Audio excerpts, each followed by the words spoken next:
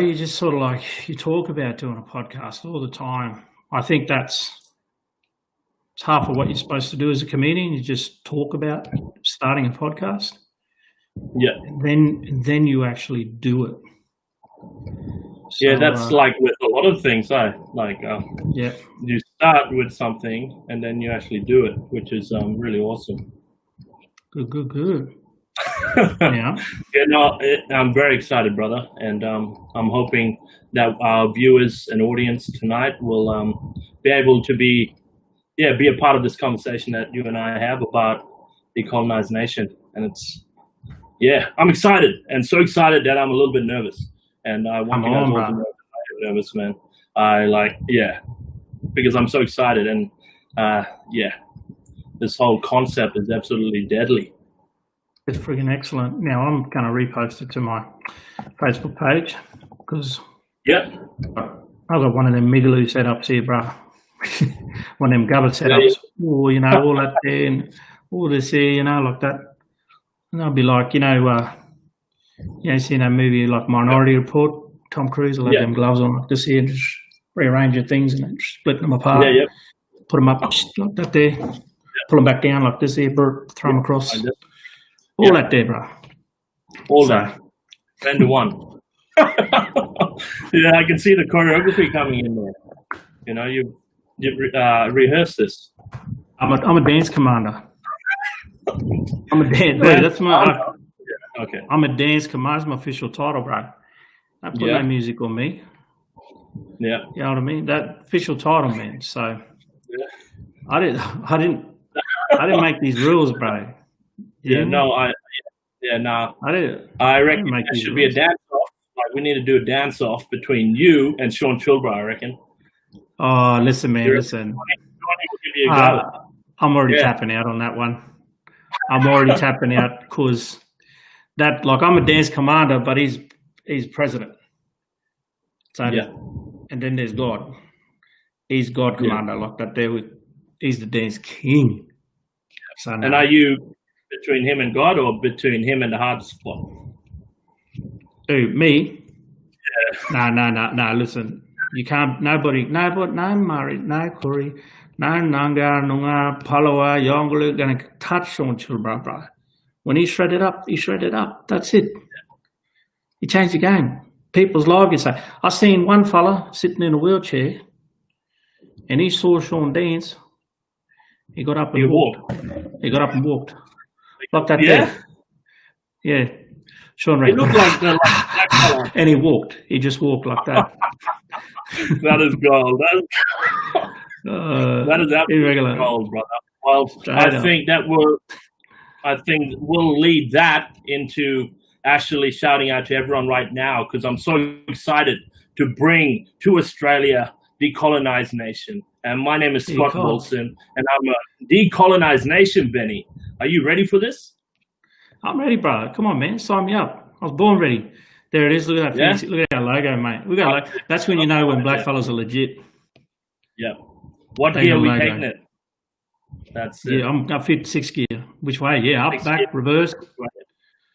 We know a couple of them reverse joggers, and they're still back there. 100%. Well, let's bring it up and moving into Decolonise Nation. This is the first episode that we're calling Let's Decolonise. And what is that all about? And so we're going to go on that journey tonight. But before we jump on that journey, I want to acknowledge the language and the Aboriginal people of land I'm sitting right now, which are the Yaru people, and also extend an acknowledgement to Aboriginal past and present, and to all Aboriginal people represented in the audience tonight. And I'd like to, with my excited voice, actually share with you that I am also a Guniandi man from the northwest of Western Australia, and a Gudjerong man from my dad's side from the northwest in Kununurra. And I'm so proud today to be able to bring to life alongside Benny as a co-founder of Ice Cream Productions, and bring to you all out there Decolonise Nation, because there is no better time than now to start talking about this whole concept, this whole idea of Decolonise Nation. But let's start. Benny, can you just let us know who you are, what you do, and let's start with you, brother. Oh, who am I? Who's been ignorant? Listen, brother, straight up, thank you for that. That's fabulous, Scotty. I need to hype that. I need that, put my level up. But before I begin here, brother, I'm in a different country. I'm out here in Canberra, freezing my wrist all off.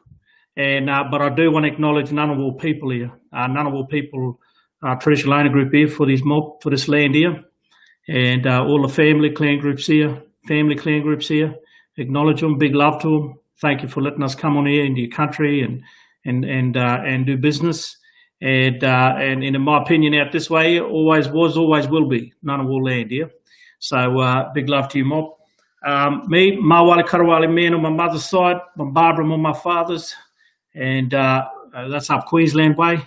For you mob don't know, Queensland is that state that God touched during the state of origin. And he gave us his son up here, Jonathan Thurston, who made a lot of deadly choices for us. Okay, that's deadly choices for us. So that's all about. But again, co-founder, say with Scotty here of Ice Cream Productions, we are very, very, very excited to bring Decolonise Nation. We've got a lot happening, Scotty, over the next 6 weeks. I'm pretty stoked. Yeah. We have got some people lined up, and I think we're going to blow the socks off of people. So, thanks for that, Benny. I feel like moving into this because we only have about 45 to an hour with everyone in Australia that's jumping on board tonight. And we want to just start because Decolonise Nation started, with a dream that Benny and I had to really shift and impact perspective, and also provide perspectives from all walks of life here in Australia. And so we want to hit that off with understanding, Benny, I just want to throw this at you. Like, imagine that you got your mitts there, or even, I know you're deadly at rugby. If I kick you the ball, I want you to catch this right now, and I want you to think about it. What does Decolonise Nation mean to you? Throw that straight at you, brother. What does that mean to you? I think if I want to think about it, man, I mean, we all got different perspectives when we hear that word because it's rough, it's tough. It sounds like we're on a mission to stop colonisation, which is kind of weird because it's already happened, But to decolonise your mind, for me, I would say is about having a conversation about a different perspective. I really think that the education system we've had in our country has not shed accurate light on our history as Aboriginal and Australian and just everybody in Australia. I think there's been a lot of gap falls. The media has misrepresented our people, misrepresented specific topics, and we've not really been able to have, I guess, in a lot of ways, a clear voice and actually have some really different perspectives on issues that a lot of people have just bought into old ways of thinking. I think that's for me. Decolonise. What about you, man? Well, Benny, I'll have to start with my brother from another mother, Albert Einstein. Every time I think of decolonisation, the whole Albert Einstein, and what he said was the thinking that has gotten him this far has created problems for the thinking he has now. And I've always reflected on that as if the thinking that has gotten us this far in Australia has created problems for the thinking we have now. And so for me, it is being conscious of that living. And if coming from an individual level, I know as an individual going through the education system, but even growing up here in Australia, I had to take it upon myself to really empower my learning towards understanding my history, not only as Aboriginal person, but a history in terms of Australia. And I think decolonisation is literally going back to grassroots level and really unpacking all of these thinking that has gotten me up to this stage, and really, where is this thinking going to take us? If you look back at history and all the systems of thinking that has really kept us where we are. Like Gough Whitlam in 1972 spoke about in his speech about mortality rates. That's 1972. And the thinking, for some reason, has kept the state of no mutual, just this static state where how can we shift that?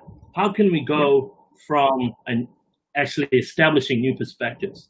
And so Decolonise Nation actually takes individuals here in Australia from all different walks of life, and actually throws into the cosmos this mix of ingredients to really jumpstart this collective consciousness, which is about social change, and not just social change for Aboriginal people, but social change for all people here in Australia.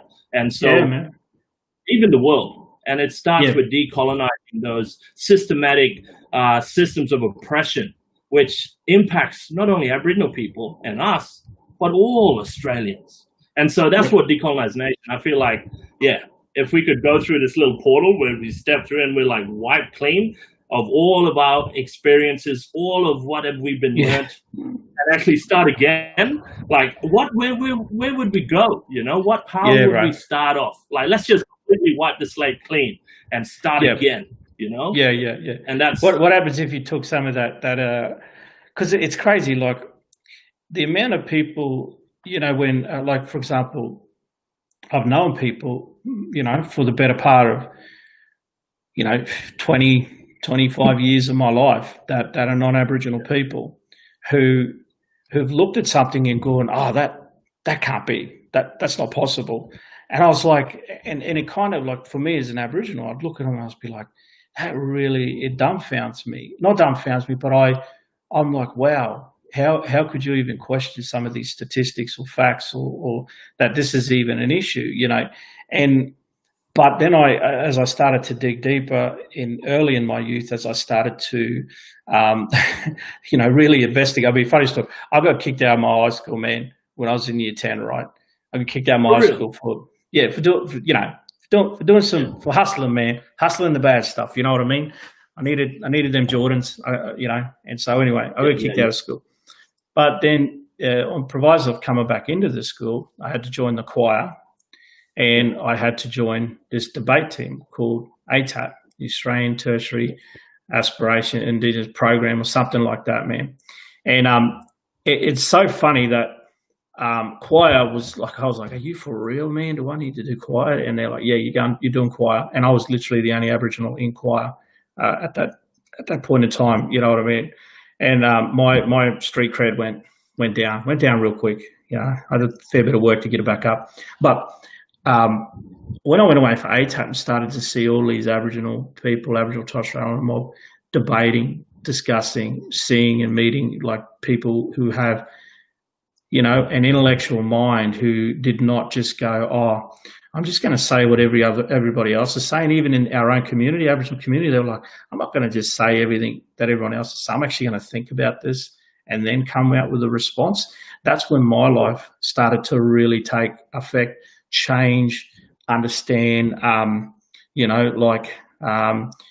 really dig deep into my past and into our country's history and look at this knowledge gap, which it's like this friggin' chasm, bro. It's like a chasm where what we think we knew and what actually happened is so like massive, bro. You can. And when I found that this chasm, like not everybody knew that, it for me, it was like, wow. And now I have a company that makes money off being able to educate people in that chasm. That's what I do. That's what Akitha does, man. And we train government, at a high level to be able to engage, understand history, look at policy reform, look at programs and do all of this sort of stuff because I took the time to learn this chasm, man, from our elders, from our past, from books, all that there, man. So, definitely conversational perspectives, and not just my perspective, bro, like perspectives. No, and that's, I think, what's so brilliant about Decolonise Nation is literally we get to not only challenge perspectives, but not even perpetuate perspectives, but it's so holistic that we provide this inclusive state of understanding perspective in itself. And I think moving forward into that idea that you're talking about is that challenging perspectives, I think we need to move back into this whole idea of decolonizing. And let's just say, what if we were all colored the same skin? We all had skin color didn't even matter. All these things we decolonized completely from our minds. What would that look like? And I want to know and ask you right now, Benny, in terms of decolonizing, is there that point in your life, right, where all of that shift changed, and how is it different to now with young people going through? And do you feel that there is different? Like, has adversity changed, not only for young Aboriginal people, but those suffering under low socioeconomic disadvantage, all those kind of things? Like, is there something different? Is there media perpetuated ways of saying that, oh, everything's okay, when it's not? And then media actually perpetuating this understanding that we need to rise above and talk about it. You know, where has it, like, can you talk to that? Look, man, I'll give you an example of what I think, right? Like, you know, and of course it's going to be a topic of conversation, the Black Lives Matter movement, and watching this from afar over here and watching, you know, the struggle that our African American brothers and sisters are going through over there, the fight for equality, the fight for justice and so forth. What I see is a lot of media, negative media around the rioting and the looting, and this kind of message being lost and displaced during that riot and looting. And I heard a really good discussion and argument basically from one of the ladies who basically raised, she said, she kind of summarized like this: do you see anyone driving down from Beverly Hills in a Lamborghini looting and rioting? She said, do you see any of those guys kicking down business doors and stealing PlayStations? You know, the Black Lives Matter movement, the rioting, the looting, only led to a greater conversation about the poverty gap between the poor and the rich, you know, and I think these things will never change in our communities. These are things that have been there, will be there, and it's on the next generation to bring up the next generation, to teach them how to fight for their rights, to gain wealth, you know, and learn wealth, learn business, learn budgets, learn all of that stuff, to empower our people how to get out of those sort of situations. So yeah, in some areas, man, we definitely have a long way to go. We still fight the same fights. In other areas, you know, that our parents and grandparents, you know, they fought for the right for equality. They fought for the right to me to marry a white girl without that being a problem. You know what I mean? You know, like, shout out white women. You know what I mean? Shout out white women. You know what I mean? Like, shout out all women. Shout out all women. Not just I think white women. What you're saying, like what I'm grabbing from what you're saying, which aligns with Decolonise Nation, is really that we all have a responsibility to educating our young people and even sharing these stories. And because I know growing up, like, I saw and understood based on the stories that my parents told me of the adversity that was right up in their face. And I think this comes to the whole section of our talk tonight, is about challenging perspectives. And I want everyone now, like, just from listening to Benny, I want to challenge you all now and think of a time where you've literally had this really stubborn perspective that there was nothing that was going to change that perspective about a person, about a situation. And I want you now to go and try to think in the other person's shoes. So in anthropology, so I've studied anthropology, and there's this term called emic versus etic, where you can be subjected to something, but also be able to be objective. And so I want you to jump out of your perspective and really understand, you know, the perspective of the situation. And so bringing that, and I want to share with you, Benny, I know I've spoken to you about this before, is that when I was at university, I actually took over a lecture for orientation with my orientation class, and we did talk on the stolen generations. And I did this social experiment, but I didn't tell by the group, the participants. And I put up all these people on the board, and I handed out these little pop sticks. I literally went to town. I went and got pop sticks. I put a little hand on it, yes or no, and I handed it out to everyone. And I put up each person up on the screen, and I said, who do you think is Aboriginal? Put up each person. And the kicker is, right now, there's a double kicker. Kicker is every single person on that screen was Aboriginal, of Aboriginal descent. So every person was putting yes or no based on the stereotype perspective on what an Aboriginal person might look like. And just to challenge the perspective even more, guess what, Benny? That whole entire class was full of Aboriginal people.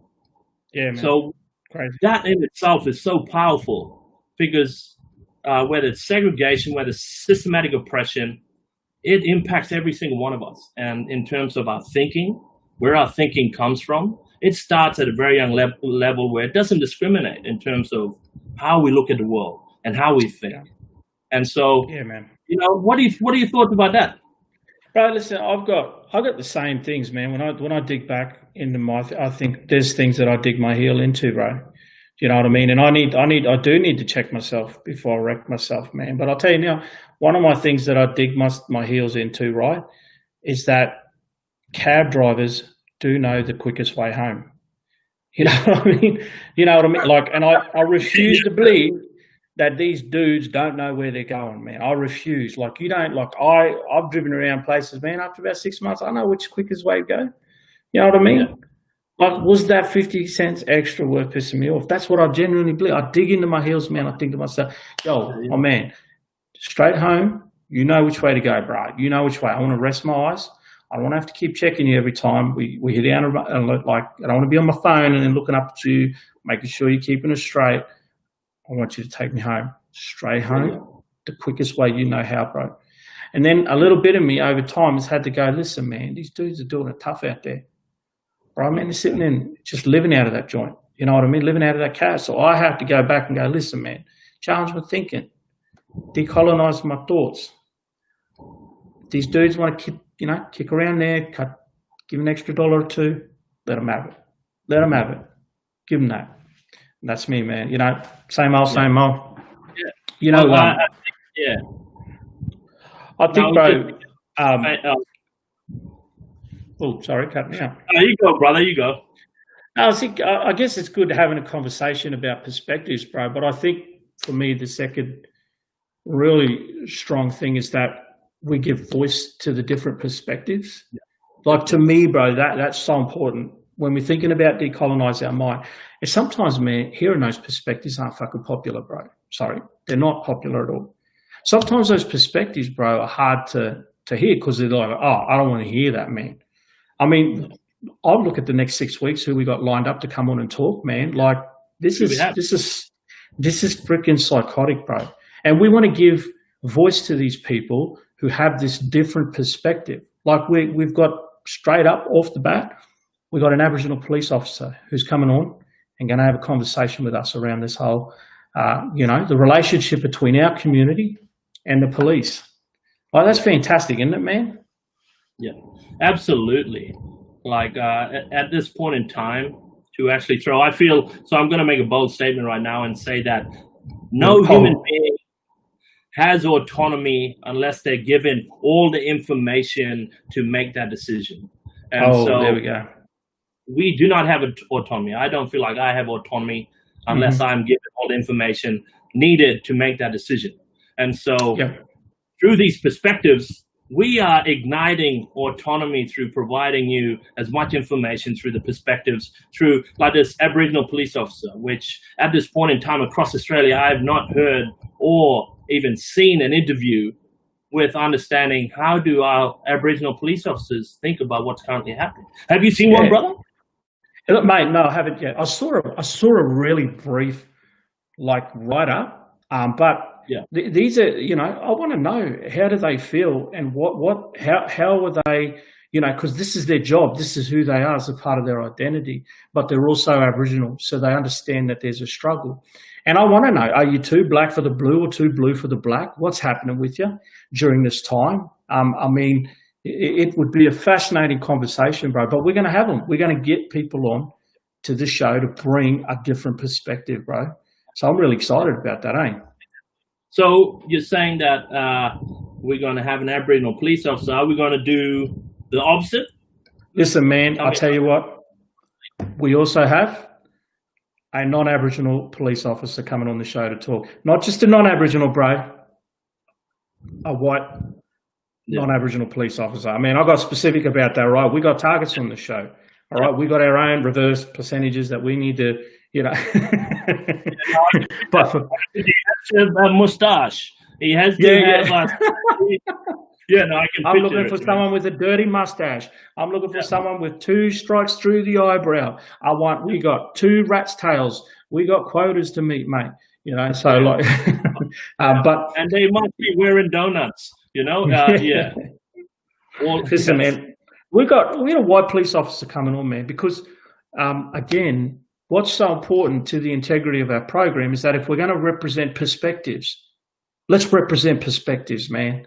And I don't believe that I don't think that we're so far gone that we can't actually sit down with somebody who's being right now demonized quite heavily, and in some aspects, yeah, sure, there's granted for those police officers who have done what they have done, but there is an entire police force out there not associated with that, and I'm just interested in what they have to say, and I'm pretty sure that the viewers out there would be interested too, bro.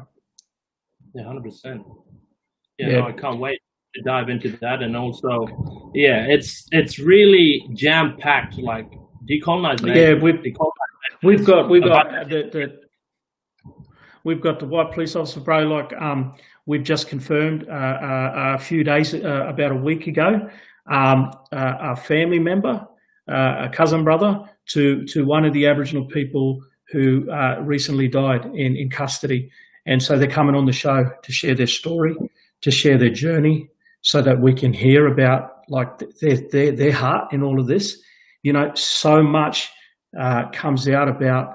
You read so much about the family without actually hearing from the families, and this fella marched recently with the mother, his auntie, his mother Arnie, and he's coming on the show, man. And listen, I had a good conversation with this dude in the last week, and he is fire, bro. He's a different, like this man is. He will challenge the way that we think and view things. Even me, like from my perspective, when I was listening to him talk, I was like, far out, man, you're challenging me about, and this is your story, bro.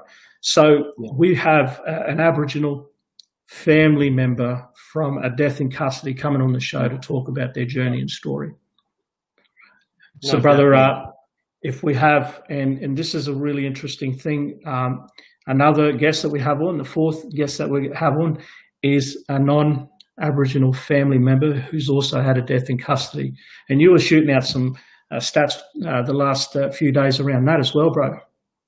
Yeah, no, definitely, Benny. I think at this point in time, with decolonisation, is to throw up concepts and perspectives that really challenge, I guess, the status quo. And when we're looking at deaths in custody, and I think there's a lot of talk at the moment about allies and how can we shift the face of the culture around prisons, police systems, but also further systems. And looking into a lot of that data at the moment, brother, it's astonishing to see that within 18 years, that alongside Aboriginal deaths in custody, the amount of non-Aboriginal people dying in custody.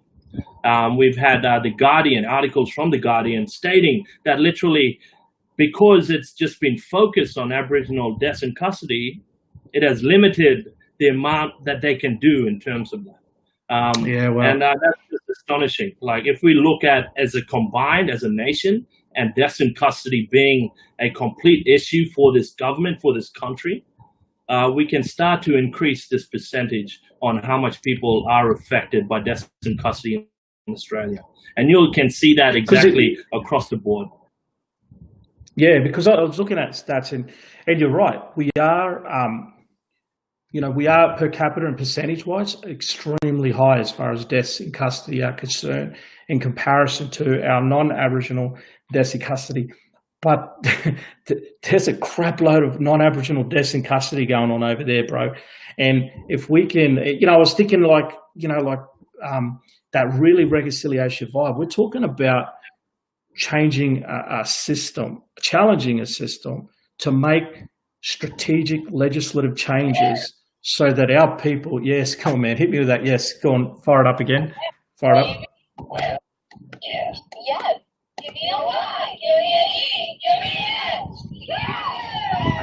Thank you. Lovely, brother.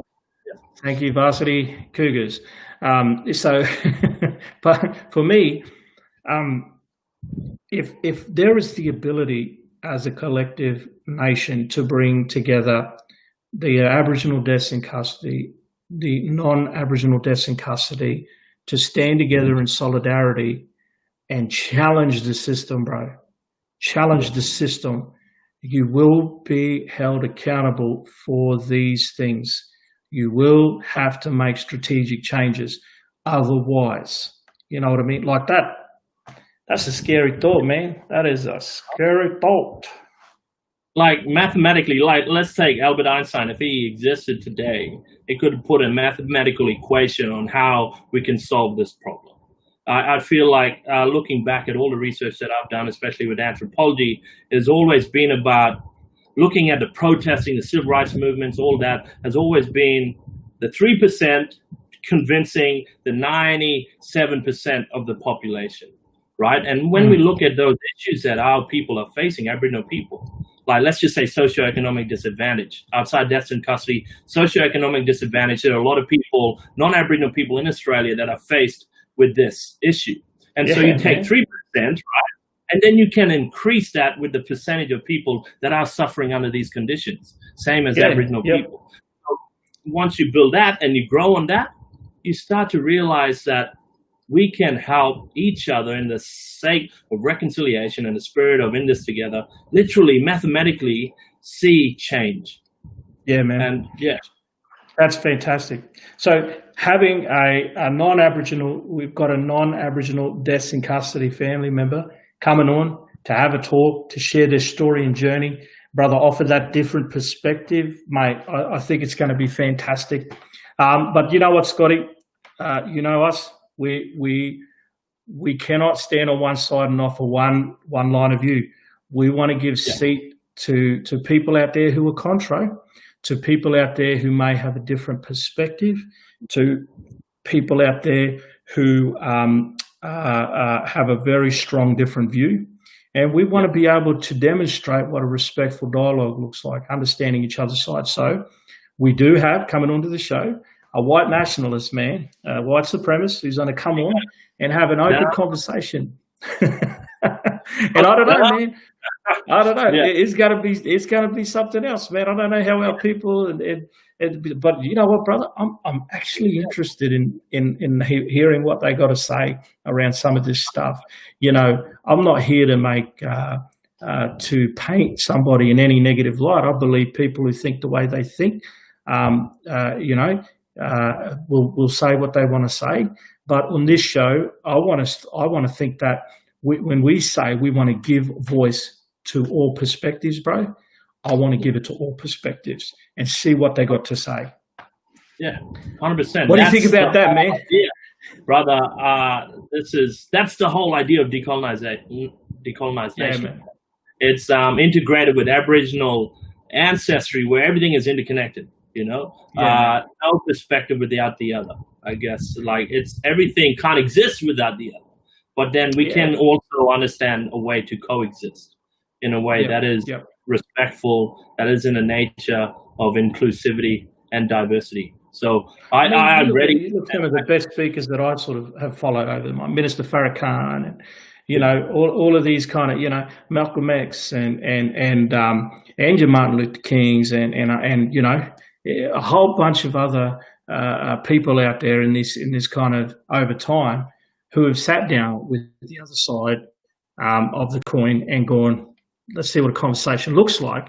And it's, you know, make no doubt that there's going to be no situation where we walk out of that and one or the other is going to flip onto the other side of the fence. I believe when you're at that stage in your career or you know, in your activism, you're holding quite firm to your views. But I just actually want to have a conversation about what we believe and think as Aboriginal people in Australia. I know they're coming from a different perspective, but let's bring the two perspectives and put it out there and let people decide what's up. You know what I mean? Yeah, it's that old age saying of if you want to go fast, go alone. If you want to go further, go together. And I feel by decolonizing, you guys will probably get a headache and probably wake up to decolonize nation. But I use that word.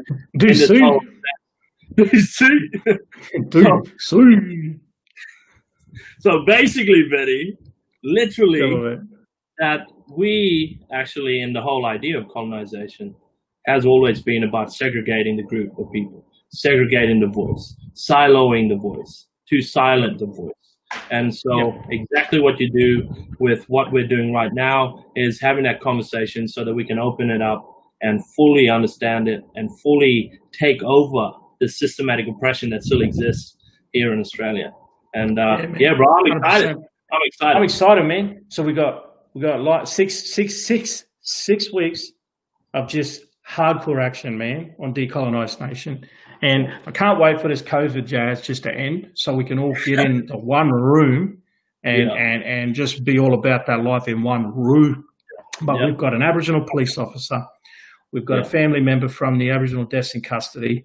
We've got a non-Aboriginal deaths in custody family member. We have a white nationalist, a white supremacist coming on the show, and also a white police officer to bring a really, really interesting perspective around this matter. I think we're up for a pretty packed up show. What do you reckon? 100%. And I feel like it's would be great to open it out to the audience as well.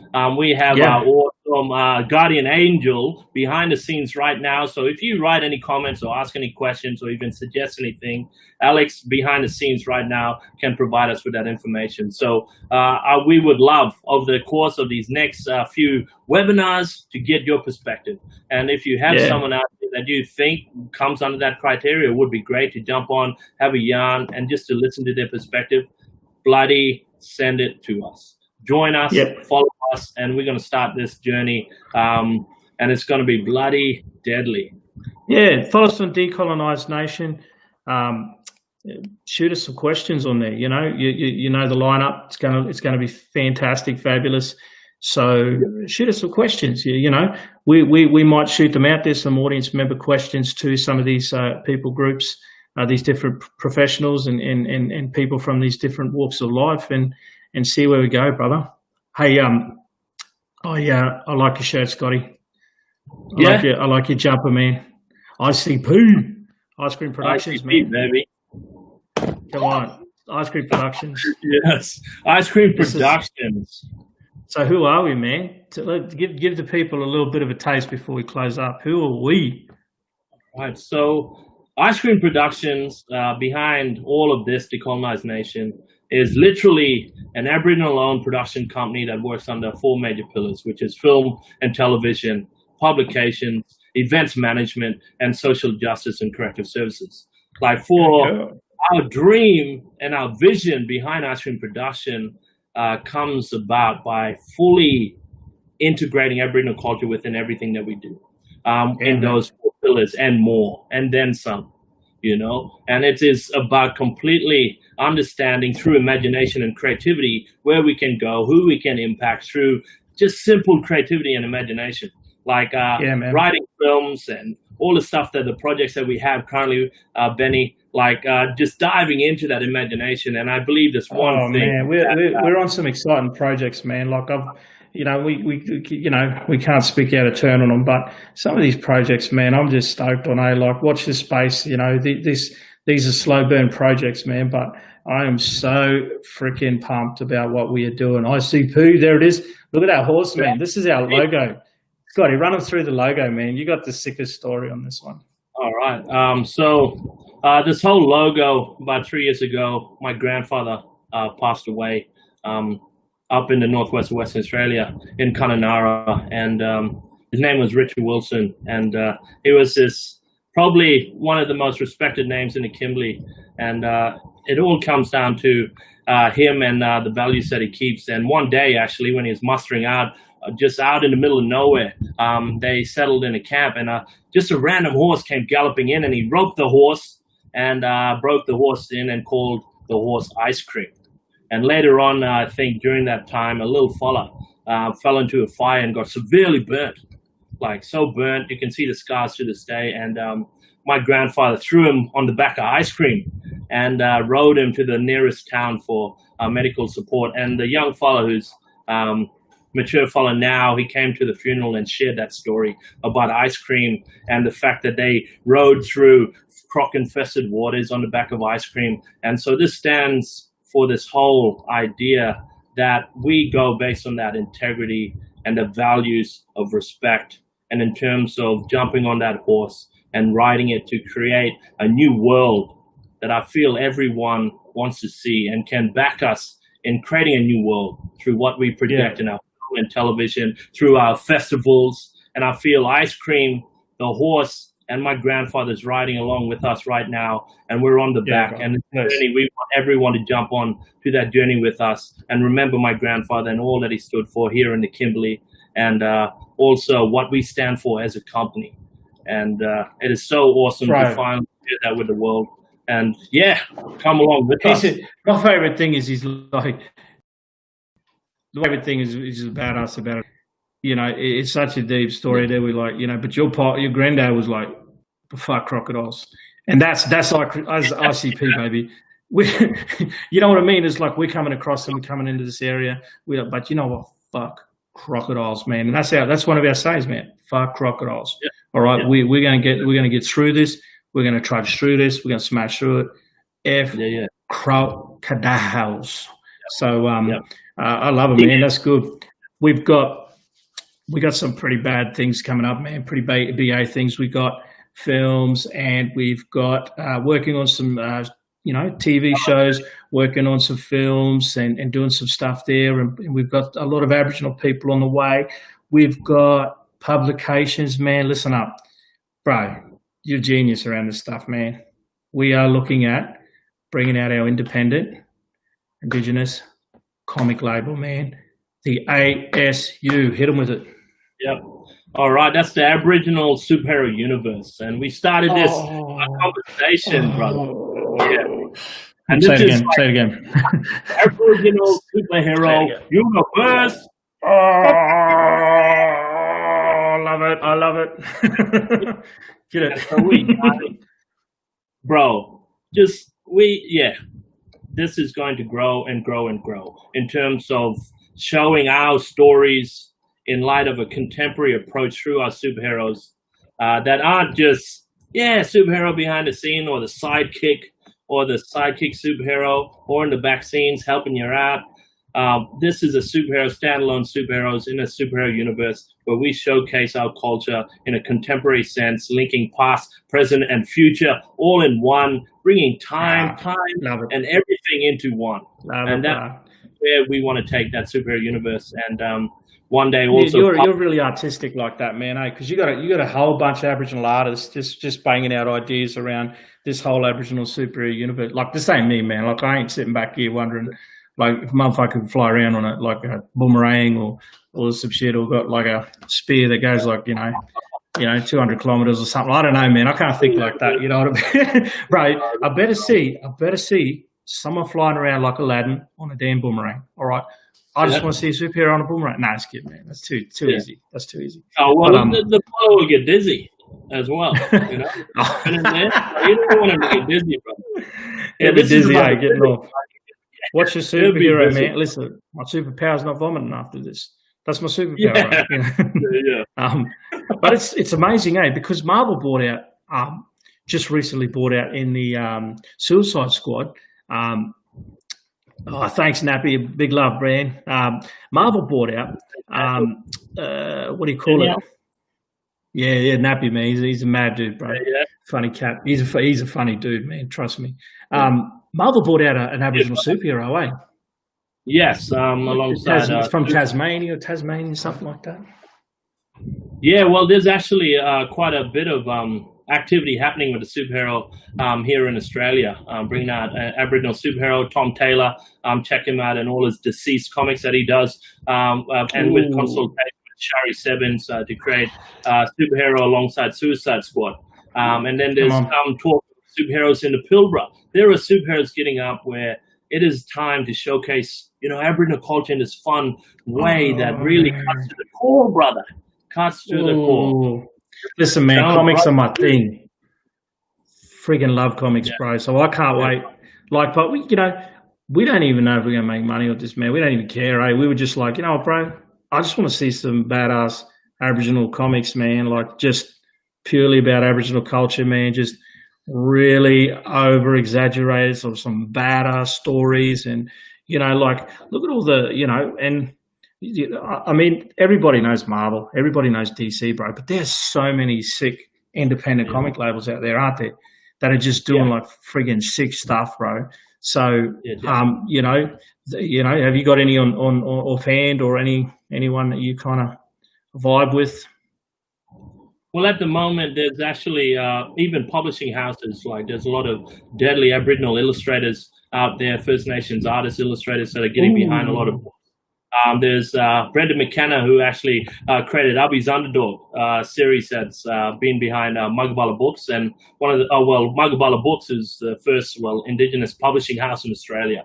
And my mum, the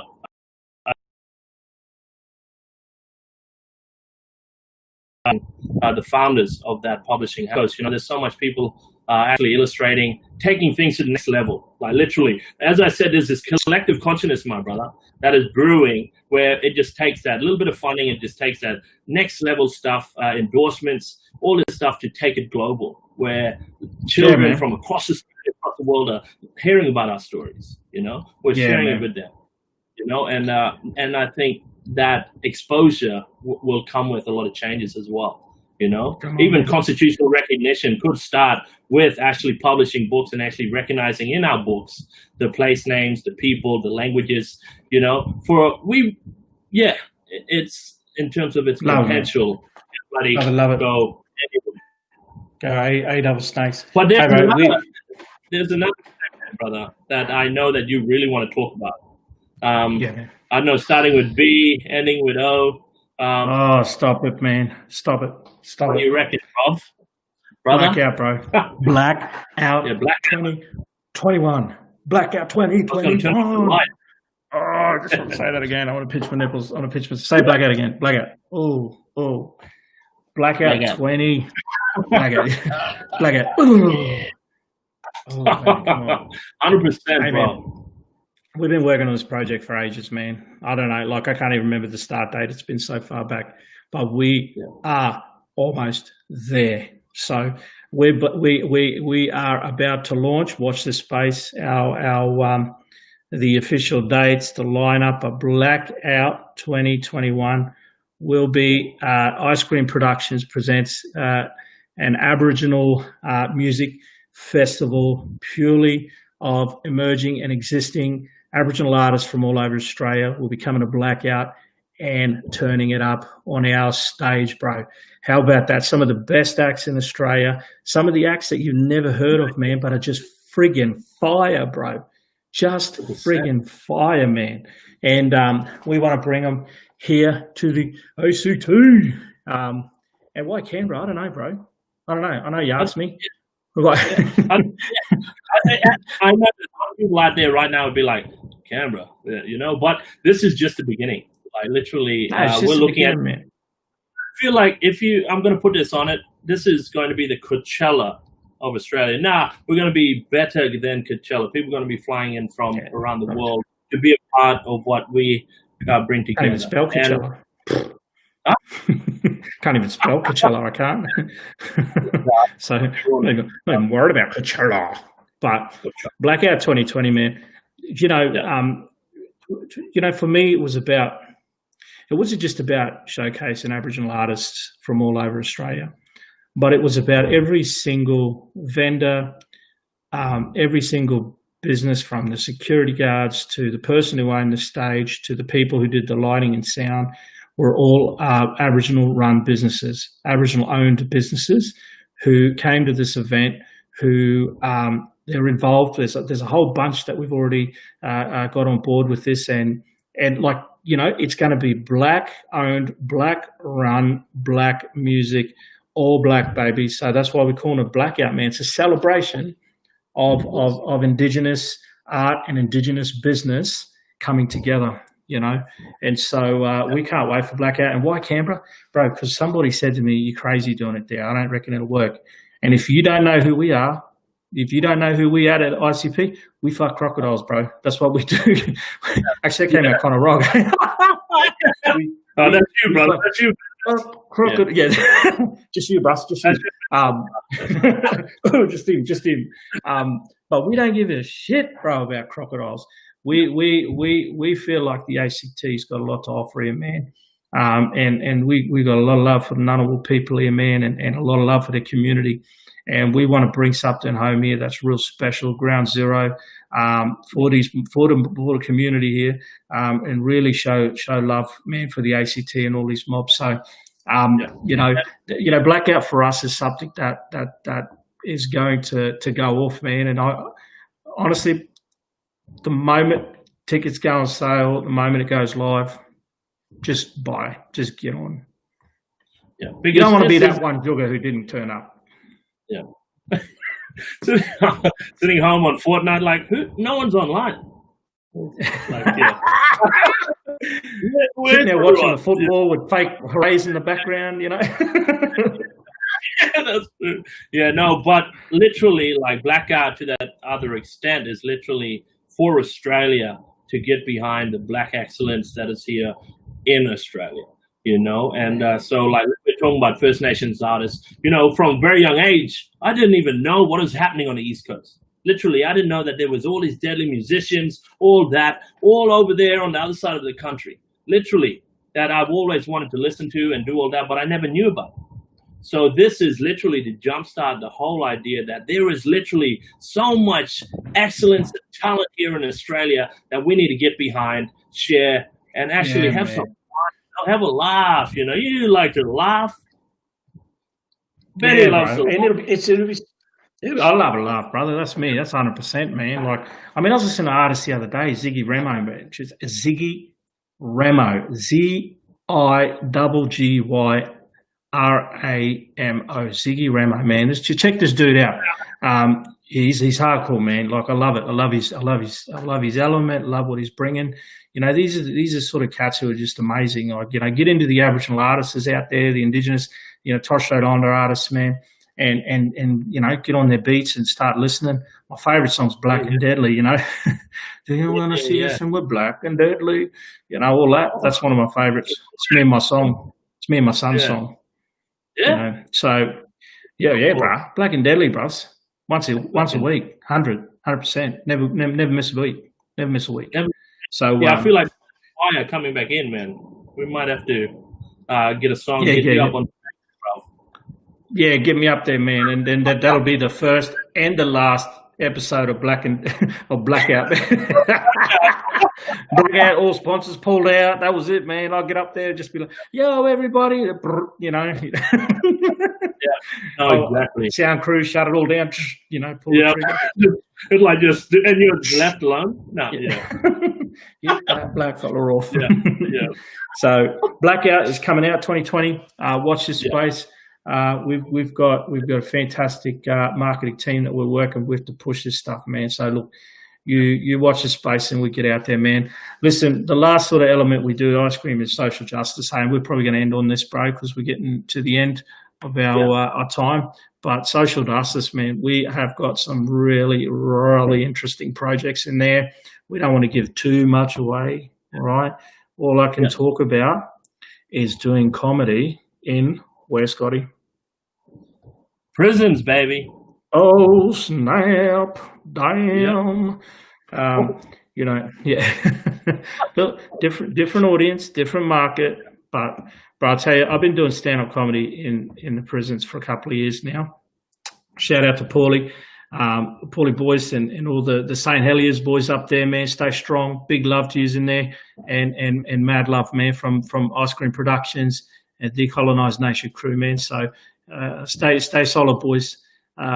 It's been fantastic, man, the whole journey up there. We want to look at how we expand this program and how we get into our prisons and give a voice to our people through the medium of stand-up comedy. Because, man, I'm going to tell you now, some of these dudes, their stories are incredibly funny, you know.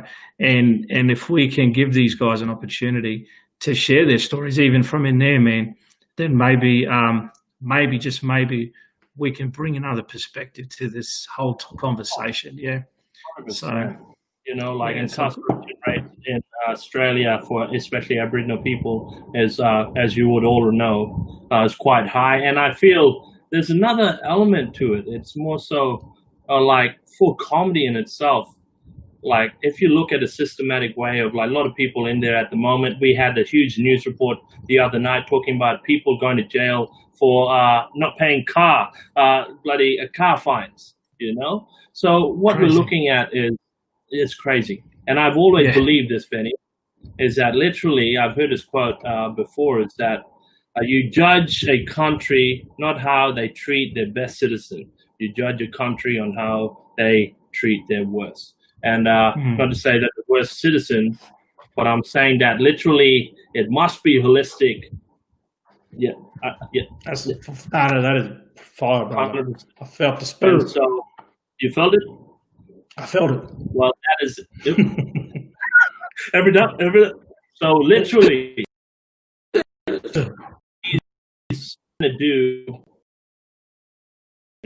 with Blackout, with Decolonise, and with all of our pillars is really tap into the areas that have been overlooked, to actually provide a voice to areas, to communities, to different spaces that have no voice.